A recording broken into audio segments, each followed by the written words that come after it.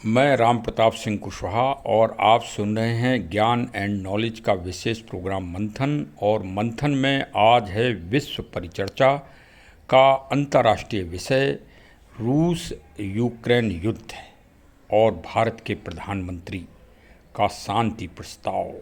पूरी दुनिया की समाचार एजेंसियां आज इसी समाचार के इर्द गिर्द घूम रही हैं, तो हमारा भी प्रयास आप सुनिए और सार्थक विवेचना सुनिए, बहुत दूरगामी परिणाम की विवेचना, वो भी श्री रामचरितमानस से।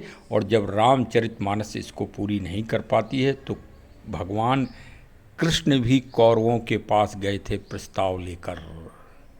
भगवान कृष्ण ने भी शांति का प्रस्ताव रखा, लेकिन होता वही है जो होना होता है, तो होगा वही इसमें भी कि जो होना होगा। क्या तृतीय विश्व युद्ध होगा? देखिए मंथन सुनिए। साथियों नमस्कार। आपने दुनिया में कहीं भी किसी साहित्य में विश्वामित्र जी का नाम सुना है? हाँ, मैं आपको बताता हूँ। विश्वामित्र का नाम भारत के महानतम इतिहास में शामिल है और वो प्रभु श्री राम जी के युद्ध कला के और व्यक्तित्व के और चरित्र निर्माण के गुरु हैं। और गुरु श्रृंखला में वो राजर्षि से महिर्ष बने हैं और आज भारत के प्रधानमंत्री विश्वामित्र की रूप में पूरे विश्व में छाए हुए हैं। विश्वामित्र का सही पर्याय बन गए हैं। आज आप सुनिए श्री रामचरितमानस में एक अद्भुत प्रसंग कि भारत को इस महान समस्या में, इस भीषण समस्या में क्या कदम उठाना चाहिए और जो कि दूरगामी परिणाम लेकर रहें। श्री रामचरितमानस से हम प्रेरणा और मोटिवेशन लेते हैं। भारत के प्रधानमंत्री पोलैंड राष्ट्र से बाई ट्रेन, बहुत ही आधुनिक ट्रेन से 1000 किलोमीटर की यात्रा 7 घंटे में सफ़र करके गए और वहाँ भारतीयों से मिले। भारतीय प्रसन्न हो गए। 1991 से जब से यूक्रेन बना है तब से कोई पहला प्रधानमंत्री क्या। देखिए, भारत में भी तो आया राम गया राम, आया राम गया राम लगा रहा। कितने प्रधानमंत्री बने, कितने आए कितने गए। सपने में भी नहीं सोचा होगा वो भी प्रधानमंत्री भारत के बन गए।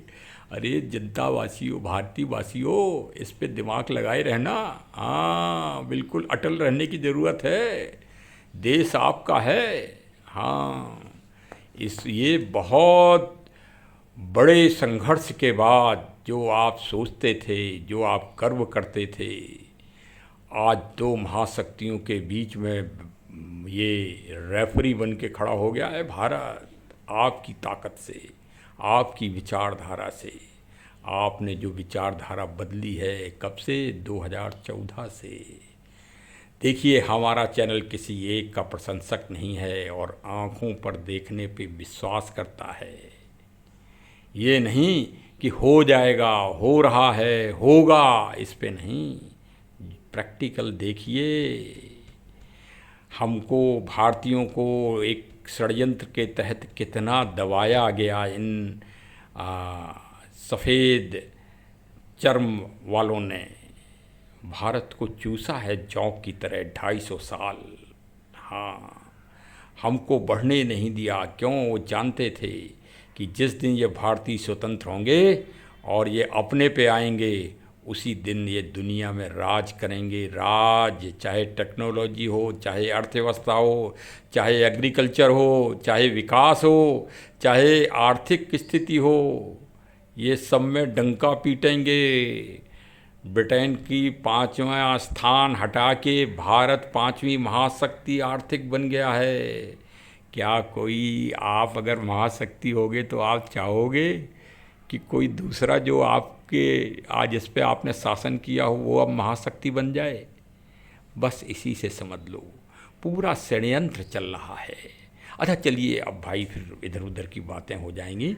अब रामचरितमानस पे आते हैं और रूस और यूक्रेन को माध्यम बनाते हैं और भारत की स्थिति का वो करते हैं। लोग कह रहे हैं कि इसके क्या परिणाम होंगे। देखिए, रूस भी कोई अलग नहीं है और यूक्रेन भी कोई अलग नहीं है। रूस उसी तरह से है जैसे श्री रामचरितमानस के प्रसंग में बाली है, और यूक्रेन आज की स्थिति में उसी तरह से है जैसे सुग्रीव जी थे। आप समझ गए आप कि हम रामचरितमानस में कहाँ पहुँच रहे हैं। अलग विवेचन है ये। इसमें भाई पुलिस विभाग में एक लंबी सेवा होने के कारण और अनुभव मिलने के कारण ये तर्क या ये एक विवेचन करने का एक ये मतलब हृदयगम हुआ है, उसी के आधार पर होती है। भारत की जो विचारधारा है आदि और अनादिकाल से शांति की। भारत एक ऐसा दुनिया का देश है जिसने कभी किसी राष्ट्र पर आक्रमण नहीं किया, किसी की सीमा का उल्लंघन नहीं किया। भारत एक विशाल और बड़ा देश है, ये और किसी ने नहीं।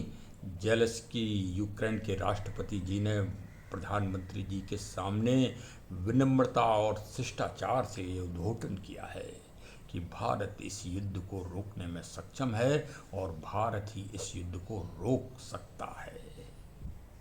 यह मार्मिक शब्द राष्ट्रपति यूक्रेन ने किसी अन्य महाशक्ति के राष्ट्राध्यक्ष के सामने नहीं कहे। ये भी आप अंतर महसूस करें। भारत से उन्हें अपेक्षा है, तब उन्होंने अपेक्षा की, वैसी ही अपेक्षा जैसे सुग्रीव को प्रभु श्री राम जी से हो गई थी।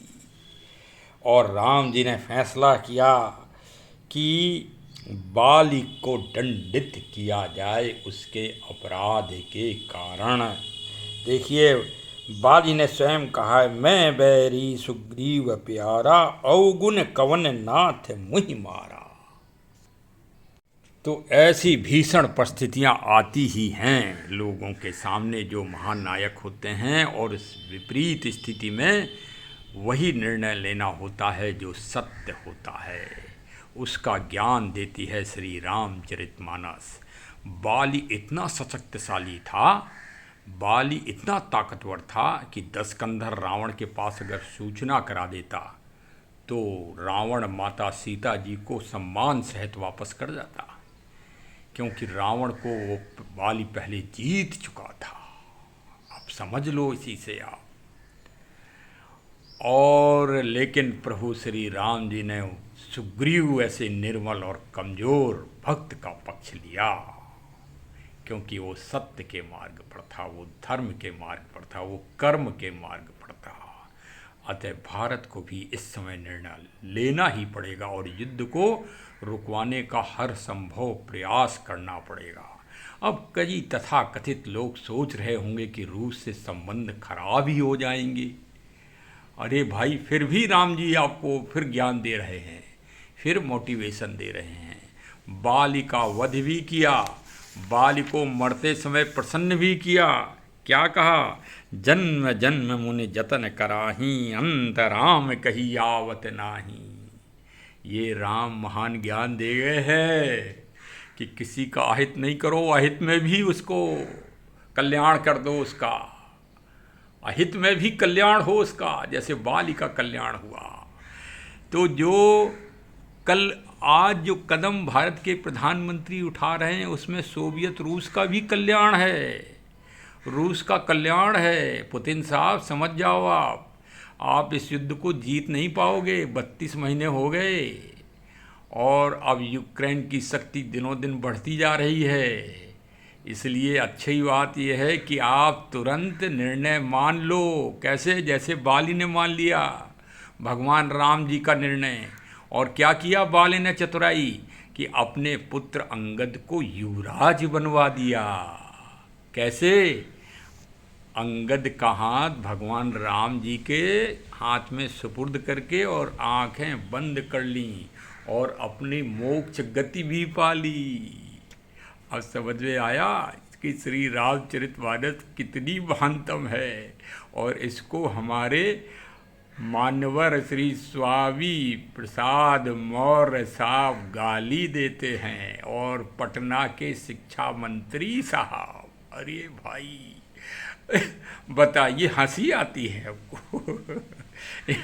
इन दोनों महानुभावों पर हंसी आती है, इनकी विद्वानता पे।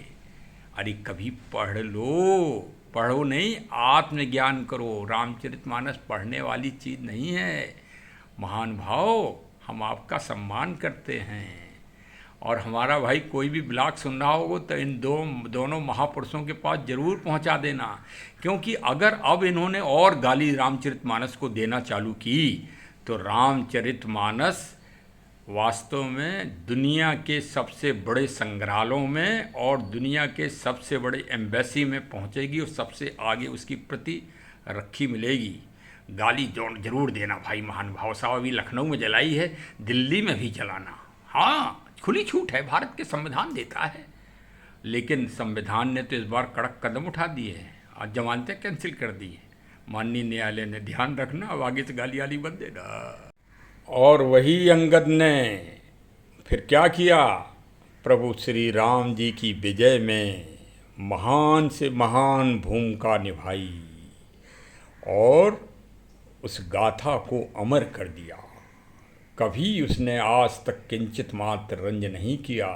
उसी तरह राष्ट्रपति रूस पुतिन साहब भी किंचित मात्र रंज नहीं करेंगे।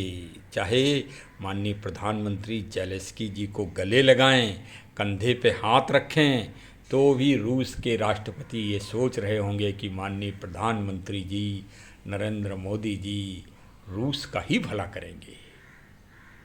और वहाँ अमेरिका भी अपनी दाल गला रहा है, जो बांग्लादेश का तख्ता पलट करके उसने कलंक अपने मुंह पे लगा लिया है। हाँ, कलंक लगा लिया है। बांग्लादेश की प्रमुख पूर्व प्रधानमंत्री ने ये आरोप लगाया है। और देखिए, एक और दुनिया का अचरज कि उस महिला सशक्तिकरण की दुहाई देता है संयुक्त राष्ट्र संघ और यूनेस्को, और पूरी दुनिया के देश मानवता की पुजारी ह्यूमैनिटी की वो दुहाई देते हैं कि शरणार्थियों का वो करो, ध्यान रखो, और उसको कोई शरण देने वाला नहीं हुआ। यहाँ भी प्रभु श्री राम जी शरण के मामले में भी दुनिया को एक रास्ता दिखा ही गए हैं। महाशक्तिशाली रावण के भाई को भी उन्होंने शरण देकर और राज तिलक कर दिया था। अरे रावण और श्री रामचरितमानस तो बड़ी ही अनूठी है। चलिए, आज अब पर चर्चा बहुत हो गई। युद्ध कोई विकल्प नहीं है, युद्ध तुरंत ही बंद होना चाहिए। 2 अक्टूबर को पूज्य महात्मा गांधी जी की जयंती है और 2 अक्टूबर तक ये युद्ध पूरी तरह समाप्त हो ही जाना चाहिए। हमारे चैनल के द्वारा और हमारे द्वारा भी इस बात की अपील है अंतर्राष्ट्रीय स्तर पर कि युद्ध कोई विकल्प नहीं है। युद्ध नहीं, बुद्ध दुनिया में रहेंगे, ये विचारधारा ही जीतेगी और इसी को जीतना चाहिए।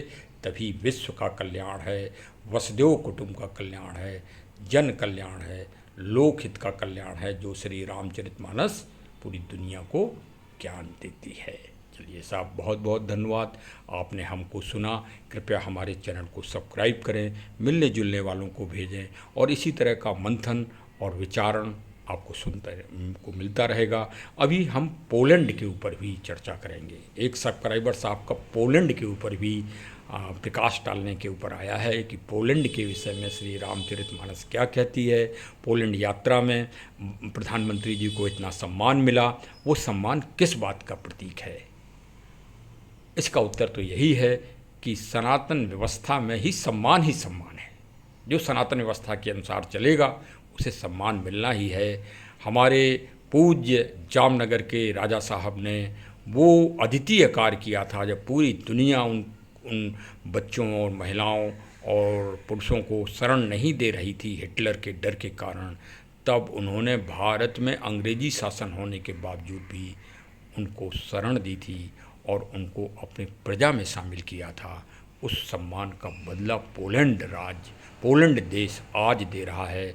और अभी हाल में यूक्रेन रूस युद्ध के समय भारतीय बच्चे जब भाग कर आए पोलैंड में, तो वहाँ पोलैंड के राष्ट्राध्यक्ष ने उसी तरह से सम्मान दिया।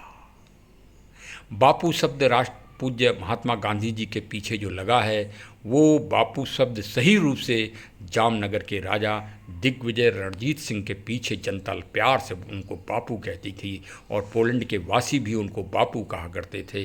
वो बापू का पर्याय पूज्य महात्मा गांधी जी के शब्द के पीछे लग गया। ये आपको रहस्य में बता रहा हूँ। आप मंथन कर लीजिए, आप विचारण कर लीजिए, आप पाएंगे कि ये मैं यथार्थ टिप्पणी दे रहा हूँ। चलिए आप चैनल को सब्सक्राइब कर लीजिए। बहुत बहुत जय हिंद, जय हिंद, जय हिंद। धन्यवाद, धन्यवाद, धन्यवाद। पूरी परिचर्चा सुनने के बाद पूरी तरह स्पष्ट हो गया कि वास्तव में भारत दुनिया का आज भी विश्वामित्र है।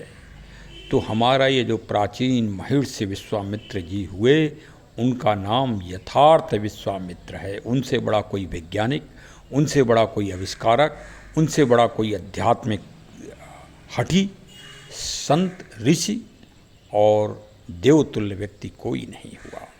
आज दुनिया को विश्वामित्र की आवश्यकता है और भारत के वर्तमान प्रधानमंत्री उस भूमिका में अपना पूरा अंश देने के लिए तत्पर हैं।